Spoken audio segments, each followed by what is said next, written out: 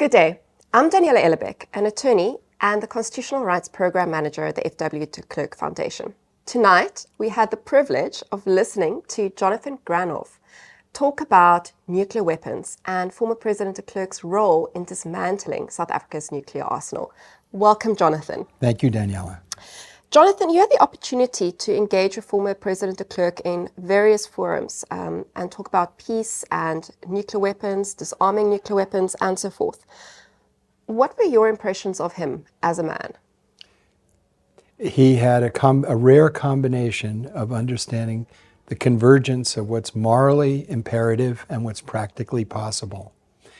When you have a policy that's morally incoherent, but apparently practical, you end up with improved means to unimproved ends. That would be nuclear weapons. The more you perfect the weapons, the less security you get. Your ends are wrong. But when you have a convergence of what is morally good and practical, you have something that's compelling.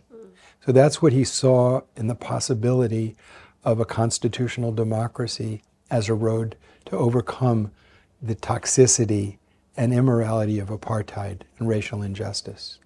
Similarly, he saw the opportunity to get rid of a nuclear arsenal that South Africa had built when the Cold War ended and the Berlin Wall came down, and there was no reason for South Africa to have these weapons. So he took the step of ensuring their removal. And how do you view that step that he took, not just in terms of what it meant for South Africa, but as a global president? It set in motion the capacity of South Africa to be a global leader in the movement to stop the proliferation of these weapons of horrific destruction, and the movement for their universal elimination, which is legally required by the unanimous ruling of the International Court of Justice and embodied in the Nuclear Non-Proliferation Treaty. So what he was propounding and demonstrated in practice was both morally correct, legally correct, and in terms of security, practical. So the only thing that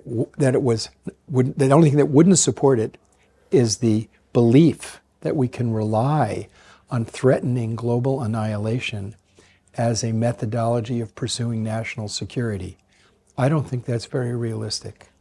By accident, design, or madness, the weapons will be used. If some countries have them, others will want them, and they will get them. As long as they exist, the possibility is very real that they'll be used. If they're used, humanity ends. There's nothing that could justify that. So if there was a full exchange, for example, between India and Pakistan, that would affect everybody in South Africa as well as New York City. And if you had a full-scale nuclear exchange between Russia and the United States, which collectively have over 95% of the world's nuclear weapons, not only would humanity be destroyed, but almost every other life form would be destroyed. The destructive capacity of these weapons is simply beyond imagination. Not only would we destroy humans, we would destroy other lives. Yeah. The web of life.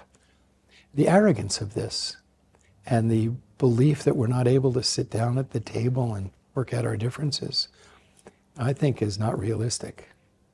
Not long ago, there were over 70,000 nuclear weapons in the world.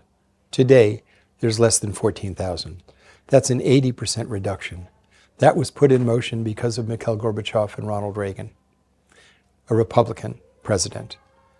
And the destruction of these massive amounts of the arsenal is not an insignificant achievement. So we know how to do disarmament. We know how to take the fuel, take it out of the missiles, and use it for energy. So we know how to do that, and it's been done. So the world needs to understand that we have substantially engaged in disarmament activities. And that achievement is worth applauding. Where we are today, more dangerous than simply having the weapons, is there's been a breakdown of trust. There's been a breakdown of trust because of the invasion of Iraq, in which it was all based on alleged weapons of mass destruction that were not there, because of the invasion of Ukraine, and the threat to use these weapons as a exercise of the extension of power. These things are very dangerous, but in terms of disarmament, reducing the arsenals by 80% or more, that's not insignificant. So we need to, tip our hats for what's good and raise our voices to stop the ongoing madness. And in your view, what is stopping the dismantling of the remaining 20%? Fear. The belief that pursuing human security as a primary task of the state diminishes the sovereignty and security of particular states. My belief is that working together to protect the oceans, the climate, the rainforests, address pandemics, actually doesn't diminish security. It actually strengthens security. The first duty of the state is to provide security for its people. Protect its people. You can't do that as a state alone to protect the breathing. 60% of our oxygen comes from phytoplankton, which depends on the health of the oceans. The oceans can't be protected at a national level. Yeah. We have to cooperate to do that. That's not a geostrategic issue. That's a hard science issue. That's a realism issue. It's not realistic to think that we can institutionalize such horrific adversity on Monday and then cooperate on Tuesday to protect this common resource. The human beings who are supposed to do this, diplomats, are placed in an irreconcilable cognitive conflict of saying we have to protect the climate and the oceans together, but we're going to enhance our national security with these weapons of mass destruction. This incoherence has to stop, and in the way that slavery at one time was considered normal, threatening the future of humanity one day will not be considered normal. It's certainly not realistic today, but it is normal. So we have to bring the normal into the realistic. Do you think that President de Klerk's way of thinking about nuclear weapons being both immoral and impractical, that led to his decision to disarm South Africa's nuclear arsenal, do you think that's replicable elsewhere? Do you think other leaders will buy into that? I mean, we've already discussed that 70% or 80% of the nuclear weapons have been dismantled, and that the remaining 20 are there because 20% are there because of fear. Yeah, I think if the people of the world knew the reality of nuclear weapons and knew what was being done in their name, they would say, we don't want this done in our name. They don't know. The public doesn't know very much about it. They don't know the consequences. They don't know the cost, the trillions of dollars that are expended to create these arsenals.